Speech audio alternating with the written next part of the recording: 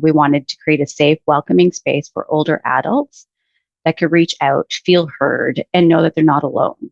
So the driving force was compassion, meeting real human need with something as simple as powerful and as a caring voice on the other end of the line.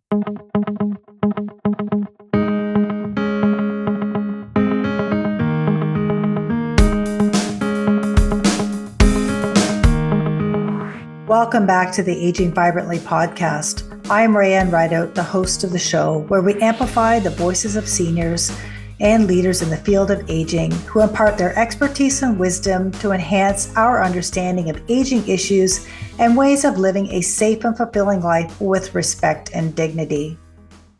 We all have the need for social connections to talk to someone about our day, events that are happening in our lives, share stories, or talk about whatever's on our mind.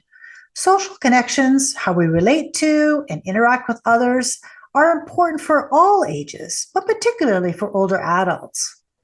The World Health Organization Commission on Social Connection just launched a new report entitled From Loneliness to Isolation, stating our social health is just as important as our physical and mental health. Strong social connections are crucial for older adults' well-being as well as their overall quality of life. By maintaining the connections, older adults can help mitigate the negative impacts of social isolation and loneliness, which is often attributed to increased risks of poor health, depression, anxiety, disability, and frailty. So keeping engaged with others can help provide a sense of belonging, purpose, and even improve our cognitive function. And yes, help us age vibrantly. Unfortunately, not everyone has social connections, and our social connections change as we age. For example, the transition to retirement can be difficult when we're not seeing or talking to coworkers daily, moving to a new place where we may not know anyone or speak the language, losing a spouse. We may have smaller social networks or decreased financial resources to participate in social activities, or chronic functional limitations that can make it difficult to go out and meet people. All of these can contribute to the growing isolation and loneliness. In fact, the World Health Organization found 1 in 6 people on this planet felt lonely. In Canada, an estimated 1.6 million older Canadians feel lonely. That's almost 1 in 5 Canadian seniors aged 65 and older report experiencing loneliness. So maintaining our social health is important, and we can do this through chatting face-to-face, using digital technology such as online texting, video calls, social media, and yes, let's not forget about the telephone. Today, we are putting the spotlight on an innovative program, A Friendly Voice, that provides seniors the opportunity to stay socially healthy and add some connections to the routine by freely engaging in delightful conversations with a caring individual over the phone without any expectations or judgment. I think we all like to hear a friendly voice on the other end of a phone. I am looking forward to learning more about this program and how you, our listeners, can get connected. Before we begin, I want to introduce my co-host today.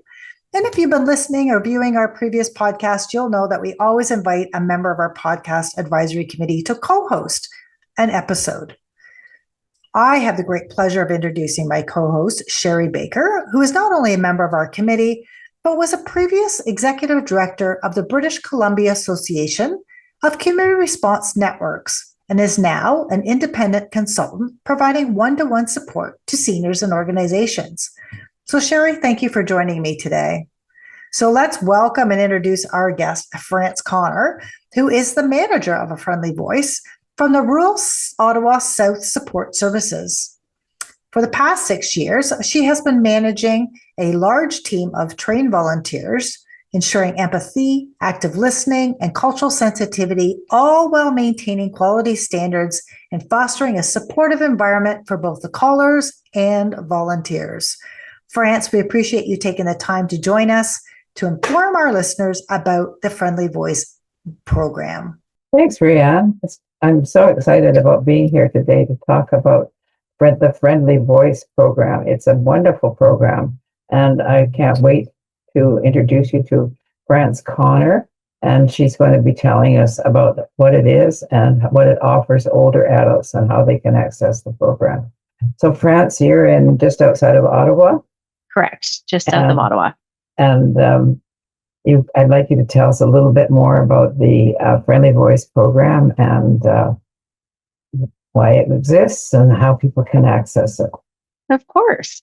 Well, a Friendly Voice is a warm line for older adults, 55 and older, living in Ontario and the Atlantic provinces. We offer a safe, judgment-free space where older adults can call, connect, and be heard, whether they're feeling low, going through a life change, or just want to share a joyful moment. From everyday chats to heartfelt conversations, we're here with a friendly voice whenever they need it. We are not a crisis line nor a referral line. However, we do our best to connect callers to resources within their communities. We're available 7 days a week from 8 a.m. until 10 p.m. Eastern Time. That includes holidays. We're open for all of the holidays. And we do limit calls to 3 calls a day. And I'll get into that, why we do that a little bit later. Thanks, Frances. France, that's an amazing program. I don't know very many programs that actually go 7 days a week and include the holidays as well. Yeah, that's rare. It is very rare. That's what makes us unique. Yeah. So we're kind of interested in what's the driving force from your perspective to begin this phone line to support older adults. What made you think of it and start it? Well, unfortunately, I can't take all the credit for starting a Friendly Voice. I did come in shortly after its inception, but the phone line was created in response to something that we were hearing a lot about over and over again from the older adults that we serve at Rural Ottawa South Support Services. They were feeling isolated, lonely, and just needing someone to talk to. So during challenging times, it became clear that social connection is a lifeline. We wanted to create a safe, welcoming space for older adults that could reach out, feel heard, and know that they're not alone. So the driving force was compassion, meeting real human need with something as simple as powerful and as a caring voice on the other end of the line. Now, you can't just do this without any funding, and yet you have a huge army of volunteers. So I'd like to know a little bit more about how you managed to keep this program going financially. Well, we're definitely lucky that we've received multiple grants through various sources.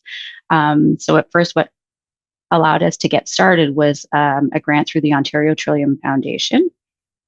Since then, because that was a 3-year grant, and since that's lapsed, we received funding through Bell Let's Talk, New Horizons Seniors Program, Ministry for Seniors and Accessibilities, the Seniors Community Grant. We also received funding from local, like the Ottawa Community Foundations. ESDC is our recent large grant that we received. It allowed us to expand out to the Atlantic provinces. ESDC is the Employment and Social Development Canada grant, and United Way East. And we also received donations from callers in various organizations throughout the area. And if I can just add on to that, because I've had a lot of experience in fundraising, and I know how much time that takes and how much effort and how much angst that goes into it when you send in the application and then you wait to find out whether or not it's going to happen or not. Ray and I have worked on some projects together too, and it's almost soul destroying sometimes. So good for you. You have done an amazing job. Yes, thank you. Yeah, I can't take all the sustaining credit. that work is important, yeah. Because you get a program started and you want to make sure that it's sustained because people become to rely on it. And then if the funding stops and then it no longer is able to function, it's disheartening to a lot of people. And you're making connections for individuals. So ensuring that funding, as Sherry said, is so important to continue these programs that are offered in the communities. And for this, it's, we're talking many jurisdictions across Canada. So you're providing within Ontario and the Atlantic provinces at this point right now, right? Correct. Yes. Yeah.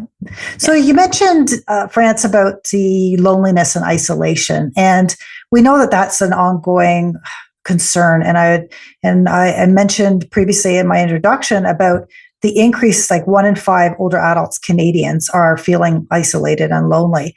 Have you found that this is an ongoing concern and in your program, and that's why I suspect you mentioned that that's why you're doing it? But are you finding that or hearing that still from seniors?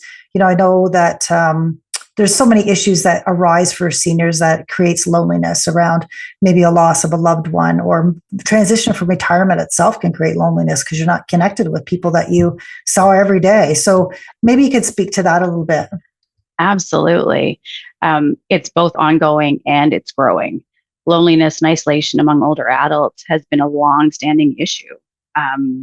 But in recent years, we've seen them become even more pronounced. The pandemic brought it even more to light. Even as things reopened, many older adults still continue to face some barriers to those meaningful connections, whether it's due to mobility, loss, like you said, geography, and they're changing social circles. So what we've learned is that the need for simple human connection doesn't go away. It only increases with age. So that's why Friendly Voice was,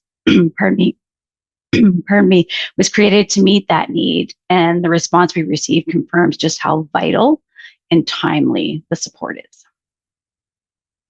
Yeah, and I suspect the pandemic, as you mentioned, I think so many issues around seniors came to the forefront from the pandemic, including the issues around elder abuse that people may or may not have known, but it really got into the spotlight, if you want to say, through media and people talking about it and witnessing it, unfortunately, happening, and the loneliness just went with that. And I don't think it went away, and many people are still struggling with that. And it is difficult to, branch out, or being fearful, or not having the resources to make connections to some programs that are available. So, I commend you for that program, because, whether that person is lonely or not, or even if it's just at home, like you said, if it's in a rural area and they just want someone to talk to because they don't have anybody close by, we all can feel that. So having that ability to reach out to someone who is caring and non-judgmental, I think, is important. And whether that you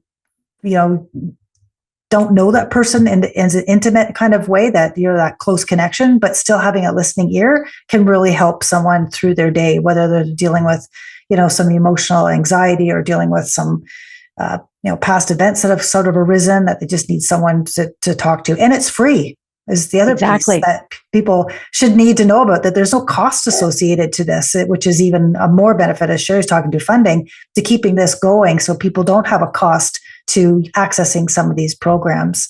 What have you learned from the impact of loneliness on older adults through your work? Well, during COVID, we saw a significant increase in the volume of calls just in the first month of COVID. We saw a 268% increase in that first month. Wow. The calls were coming in from both callers and industry professionals, social workers, people just looking to connect their clients to someone or some social connection during the pandemic. So we've seen the impact that a Friendly Voice has across all walks of life. Yeah. How many people have been served and supported through this program? So we have served over 500 older adults. And last year we received, I think it's just over 20,000 calls. And we're on target this year to exceed that. Wow. So it continues to grow. It's through word of mouth as well. It's just getting it out there that, people are aware that we are available and we are here for them to connect with, because it's so important to have that social connection. So you have a toll-free number, and yes. it is activated throughout Ontario and the Atlantic provinces. One number for for those So provinces. well, I'm in British Columbia, so if I were to phone that number, would it go through? It would not go through. Darn it. We don't serve, we don't, unfortunately, we don't serve due to our funding. Our funding originally was for Ontario only, and then we received the ESDC grant that allowed us to expand out to the Atlantic provinces. We decided to start in the East. Our goal eventually is to be national, just because the need is there. Well, I know there's a lot of work being done around raising the awareness and the need for nonprofits throughout Canada. I'm on another committee on that. And I think that at some point we're going to find in the future that the federal government is going to have to think nationally about these things and support them. And support the administration of the operating costs of these services out there, because we're saving billions probably of dollars in being first at the scene whenever there's an issue or an emergency. So anyway, I will get off that little soapbox because that's one I get on quite easily. But I think and I think that's important though, Sherry, because just from reading the summary of the report from the World Health Organization from loneliness to isolation that was just released, the social health is just as important as our physical and mental health. And I don't think we individually and as a society we put the importance on that as. We always look after what we're eating and exercise, but the social connections is just as important in our lives and our quality of life and our well-being, right? Our overall quality of life. So I think that is a good point. And I think more, like you said, the government has, Statistics Canada came up with that recent study about 1 in 5 older adults who are isolated and lonely. So I think people are now starting to pay attention of the benefits and the impacts of the loneliness and isolation that we need to address. Because we've seen firsthand that the loneliness and isolation affect far more than just the mood. It's the real impact on the physical and mental health, like you said. For many older adults, a lack of social connection can lead to increased anxiety, depression, cognitive decline, and even higher risk of hospitalization. So it can just be as harmful as chronic illness. So we've learned that it's equally important for how important the connection is powerful. So even a short conversation can lift someone's spirits, like you said, ease the anxiety, and restore the sense of dignity and belonging. Through Friendly Voice, our work at Rural Ottawa South Support Services, we've seen that when people feel heard and valued, their whole outlook can shift. And we see that every day when we speak with people. Addressing loneliness doesn't always require like a complex solution, which often people think. It's as simple as being present and listening. Okay. So do you provide your services in other languages other than English? We do, and it's all based on our volunteers. So they're not all languages are available at the same time. So what we do, if a caller does call in and they only speak, let's just say Hindi, for example, we will ensure that we connect them with someone who speaks Hindi. So we may ask just for their name and phone number, and we'll explain as to why we're asking for that, because typically we don't ask for any information because they can call in, it's confidential. They don't need to give their, we ask for a first name at least so we can address them accordingly.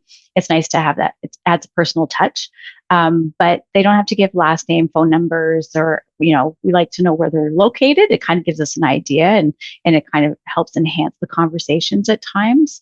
But if there's no one on the line at that time, I will contact a volunteer that speaks the language that's been requested. And I will ask that volunteer to contact that person during their shift. So at least we're having that connection at least once a week. If we can offer it more, we will. Oh, that's great. You mentioned that callers can call 3 times a day, and that's up to 30 minutes at a time.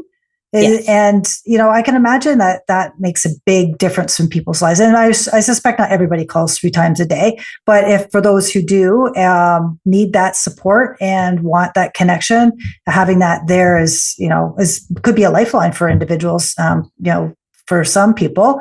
I suspect there's various living situations where seniors might need to want to chat on a regular basis. Maybe you can sort of describe that.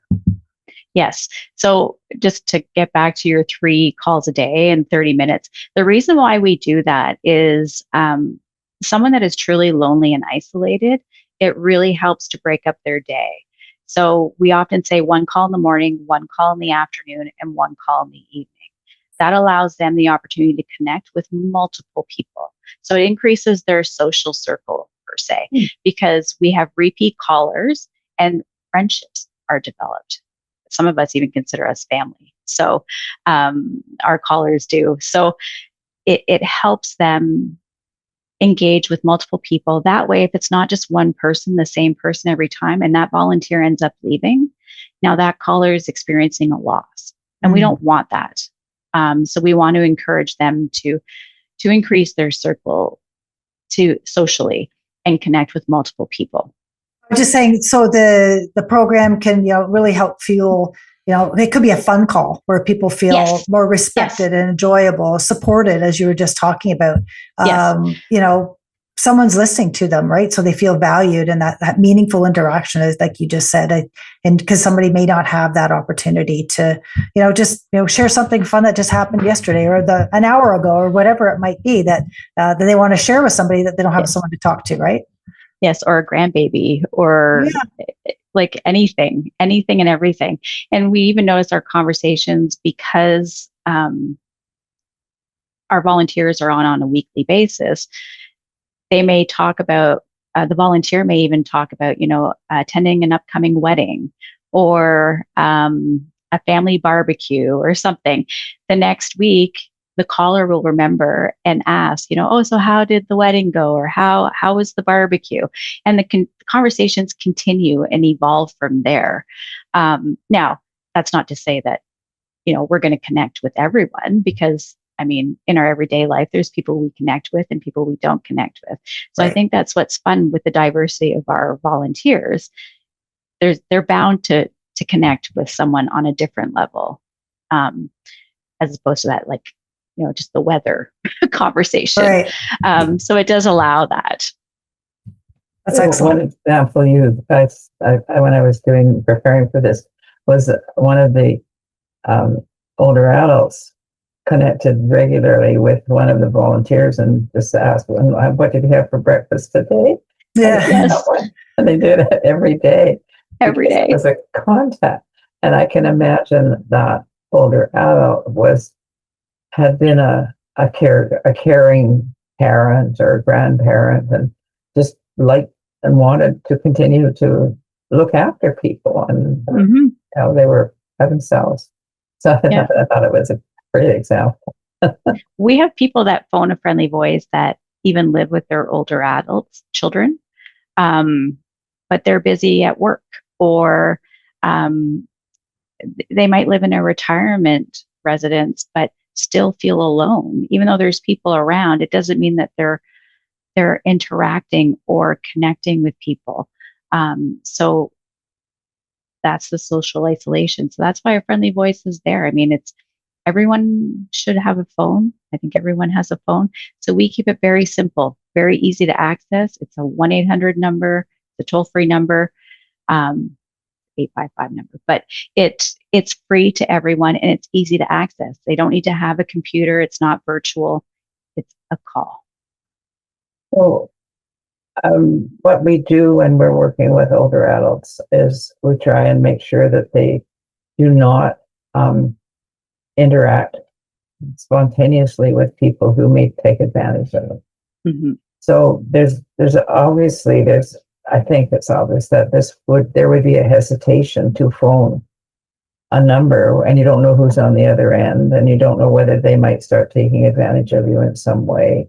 They may want you to tell them things that you didn't want to share, and so on. So how do you deal with that with the friendly voice? we completely understand the concerns. So calling a support line, even like the crisis line and things like that, it can be intimidating, especially when they're unsure of who's on the other end and what to expect and what's expected of them to share. So a friendly voice is different. There's no forms, there's no referral, there's no intake process. There's no judgment. It's just a friendly volunteer wanting to have a conversation with someone and genuinely listen. So they don't need to share their name, their phone number, like I mentioned before. And nothing is visible to us because everything comes in through the 1855 number. Once a caller recently shared how nervous she was to dial the number, and she had been feeling low and unsure if she'd have anything to say. So in just a few minutes into the call, the volunteer put her at ease. And then she was like, by the end of it, she was like, I feel like we've known each other for so long, but it was their only initial call. So whether something's weighing on them or simply they just want to chat about the garden or their day, we're here. It's a simple call that can brighten someone's day. So just for our listeners, the number that we keep referring to, so the toll-free number is 1-855-892-9992. And we'll put that in our show notes for people. And we'll probably speak about that again in our episode, just in case somebody wants to maybe pick up the call and the line and give someone a call right now. As long as you're in Ontario or Atlantic Con. That's right. In Ontario or the Atlantic provinces. At this point. We're coming to you, Sherry. We're coming to you. So, I guess building on what Sherry had just asked about in terms of confidentiality, what if when a senior calls the friendly voice volunteer, maybe they pick up on a concern or some vulnerability that the older adult might be discussing, or there's concerns or red flag, you might say, that there's possible maybe a victim of frauds and scams, because we know that people get those calls all the time, and they may say, I got a call and someone asking me for my credit card number, or potentially there might be a family dynamic happening where there may be potential abuse happening. Does your program provide some assistance, or where the volunteer would know sort of how to mitigate those issues? Yeah, we primarily offer an empathic listening ear and social connection, but our volunteers are trained to recognize signs of vulnerability, including the potential of elder abuse and fraud. So when those concerns arise, we take them seriously at a friendly voice, and we follow the established protocols to ensure their safety. This often means providing information about local resources, support services, helplines that specialize in elder protection and fraud prevention. We help connect them to professionals who can offer immediate assistance. And if we don't have the resources, we often refer them to 211, because 211, they have a wealth of information and resources there. And also, too, we provide trainings to our volunteers. So if it was a healthcare provider, a family member, a caregiver, a neighbor, whoever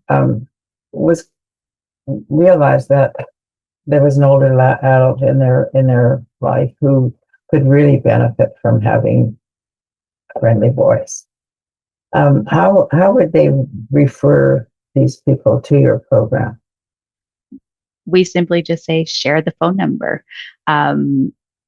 What I would also suggest too is possibly even making that initial call with the older adult, the senior. That will help break down some of the barriers possibly that might be there. They might be less intimidated. It'll help them feel more comfortable. And knowing that someone they trust is making that initial call shows that we are, a legitimate phone line. We are a warm line. We're not there to ask them for their credit card number. We're not there to do any of that. How are you promoting the program then across the provinces that you do serve? So if I'm I know we learned about it from, I had a postcard, I think, and I had a poster regards to the program. So how are you getting that word out to organizations and to senior communities? Well, we do have a community outreach as part of our team. So Kelly Purdon, she reaches out to local organizations, informing them about A Friendly Voice, doing presentations. But we've also had a commercial out in the Atlantic provinces, and we also have had a commercial in Ontario as well. But it has been in the commercials. We also use social media, Facebook, Instagram, all that stuff.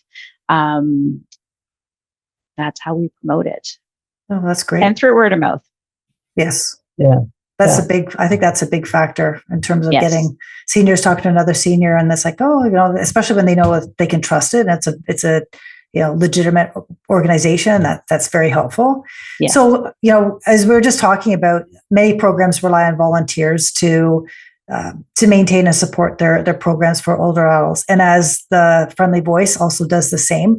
So I suspect you are always looking for volunteers to take calls, to listen, to connect seniors with resources in their communities. So if a listener is engaged, wants to learn more about your program, become engaged as a volunteer, as a Friendly Voice, what's the process that they need to take to become part of your program? I know Sherry's already asked and is inquiring. Yes. So I could be a volunteer from BC. Absolutely. We can have volunteers anywhere across Canada. Now, I would just direct everyone to our website, which is www.afriendlyvoice.ca, and go to the volunteer section. There is an application form there. Once that is completed and submitted, one of our team members will reach out with the following steps. That will include an interview with one of our volunteer supervisors. And then after that, training is broken down into two components. It used to be a one-day training in person, because before COVID, we actually had call centers and our volunteers would have to come to the call centers. But then when COVID happened, we had to make a shift, and then everyone was doing it remotely. And then so when that happened, that allowed us to expand our reach with volunteers. So now the training is done virtually. It's broken into two parts. One part is a group training, and we cover modules such as active listening, setting boundaries, elder abuse, community connections, things like that, of loss, loneliness. And then part two is a shadowed shift, where they are shadowed by one of the volunteer supervisors. It's a one-on-one training, and they show them how the system works, the phone system, and then they are there for support in the initial calls. So if there's any questions, in real time, because sometimes you don't know what to expect until you're actually submersed into it yourself. And so the volunteers might have questions, or they might struggle as well with some of the calls initially. So they're there just to provide support in those initial calls. And then after that, if they're comfortable enough, then we schedule them for their first 2 to 3 hour shift. So do people use their own telephones, or do you provide specific equipment for the volunteers for the program? They use their own devices. So it's either a cell phone and a computer, or just a computer. But they don't sign into anything first. They sign into our system. So they would sign into our phone system. We provide them with all the credentials and to be able to do so. And there's no cost on their end. That's great. So you can just go on to your computer like we're doing now. I've never actually done that, but just as a phone, use it as a phone. Yes. And I still have a landline with a speakerphone.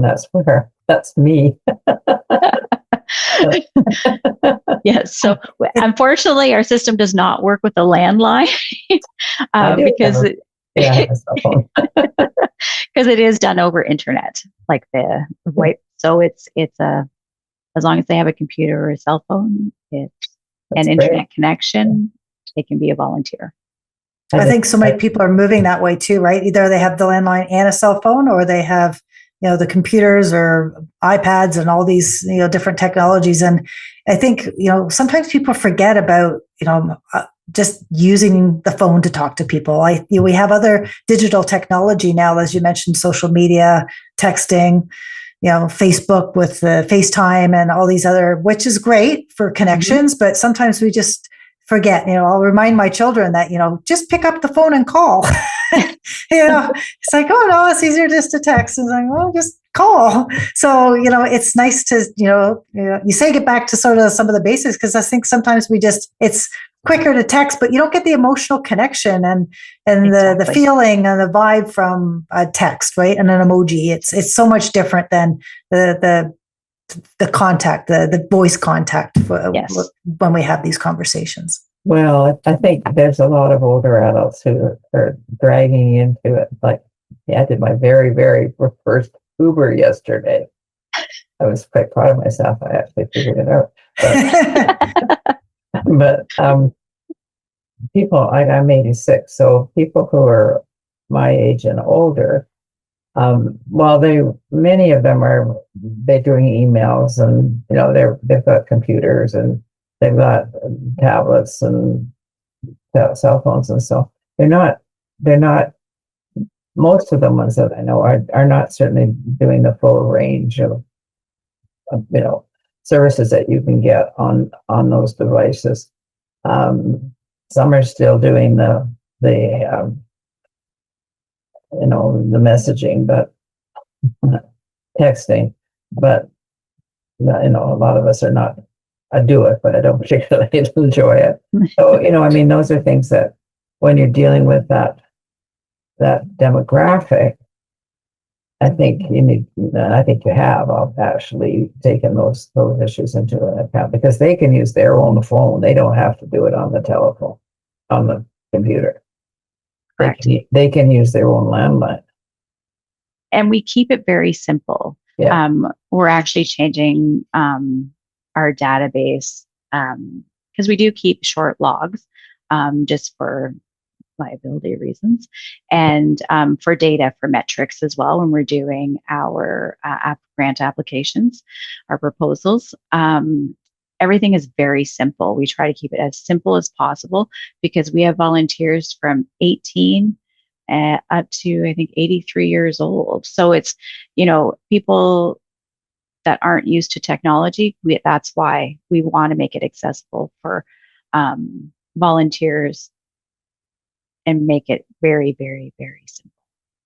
So I'd like to go back to the training of the volunteers, because it sounds like you do a really good job of getting people, trained before they go online or start to talk to the older adults. But when you've done that training, then do you have some way of updating the information over the years? Because if somebody is trained and then they're still doing it 2 years later, often things will change. Absolutely. We try to have about 2 webinars a month that we offer to the volunteers on various topics that apply to the phone line and seniors. So we've had webinars on dementia, hearing loss, elder abuse prevention, scams, various topics, how to manage anxiety, even self-care for our volunteers, because that's also important. It's important. So we do provide all additional trainings as well.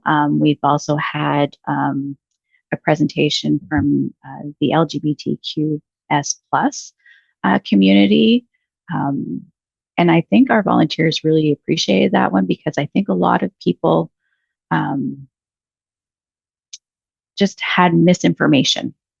And so I think it helps them to better support some of the older adults that might be calling and feeling a little bit safer by contacting us at A Friendly Voice. Mm-hmm. Do you record those sessions so that people can look at them if they're not available when they're presented? We do not record them because it's difficult to share them through our volunteer portal. But what we do is often enough, they are generous in providing the slide deck to us and any additional documentation. So we do share that on our volunteer portal with our volunteers. So it's accessible to them for the people that weren't able to attend. Great. Yeah, that's great. Yeah. I think the other issue just, as we were talking about, as, things are changing and topics, just keeping apprised of especially those other, different communities that might be isolated, as the, new immigrants coming to Canada that might not speak the language or feeling isolated because they don't know anybody or the services. So, having, these ongoing conversations with our volunteers about different issues that are coming up and that they might hear about, or different languages, as you say, that you have volunteers, I think is so important to meet the needs and the diversity of our older adults across Canada. So I commend you. That's great that you're doing that. So before we wrap up, maybe you could just remind our listeners about how they can connect with a Friendly Voice if they want to talk to someone today.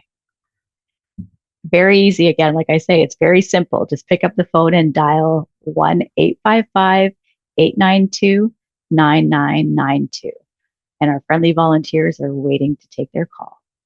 Right. And other people can visit your website at afriendlyvoice.ca. There's a wealth of information there as well. It really explains what the volunteers do and what they don't do.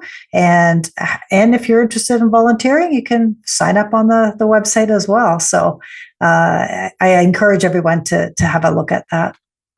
Absolutely. And one very final question that we ask everybody in this series is, what advice would you give to empower someone, a senior, to age vibrantly? I had to have a little chuckle with this one because we don't give advice at a Friendly Voice.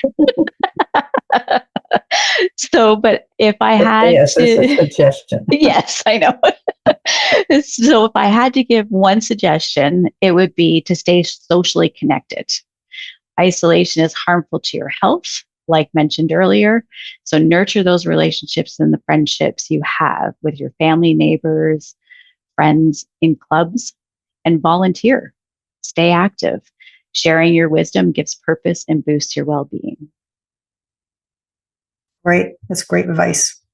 Thank you so much. I want to thank you for joining us on our Aging Vibrantly podcast.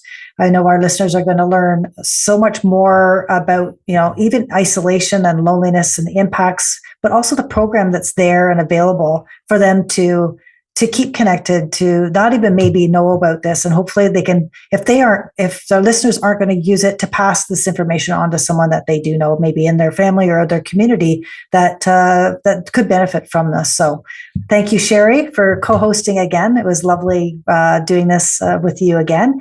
And hopefully we'll be able to reconnect in the future, maybe touch base again. So thank you again, France, and all the best with your program. Thank you, Rayanne. Thank you, Sherry. Lovely to meet you, France. Thank you, France, for being a change leader in supporting older adults to have social connections in their lives. I encourage our listeners to learn more about A Friendly Voice by visiting their website at afriendlyvoice.ca.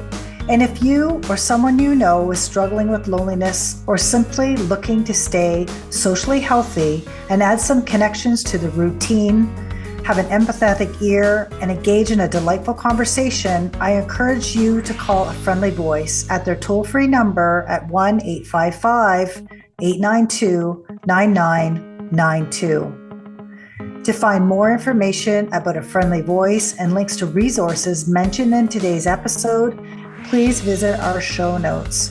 We encourage our listeners to also visit Elder Abuse Prevention Ontario's website at eapon.ca. Aging Vibrantly, Conversations to Empower Seniors is hosted by Rayanne Rideout, is produced and edited by Lisa Whitfield and Todd Miller of the Podcast Experts.